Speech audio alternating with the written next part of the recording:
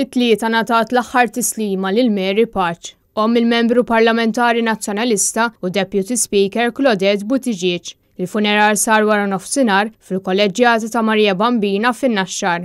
Waqt l-omelija l-Arċipriet David Gauci ddeskriva lil Mary bħala mara ta' qalb tajba u li dejjem għenet lil dawk ta' madwarha. Fil-fatt, hi mhux l-ewwel darba li għamlet xogħol volontarju b'karità fi-skiet.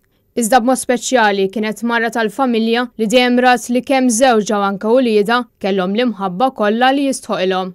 Preżenti għall-funeral kien hemm bosta personalitajiet li sellmu l-memorja ta' Mary. Fost dawn, il-kap tal-Partit Nazzjonalista Bernard Grech, l-Speaker tal-Kamra Anġlu Farrugia, il-Viċi Kapijiet Robert Arrigo u David Agius, il-Segretarju Ġenerali tal-Partit Nazzjonalista Francis Zammid Dimek, uffiċjali tal-Partit, deputati, is-Sindku tan-Naxxar, kunsillieri u kandidati għall-elezzjoni ġenerali.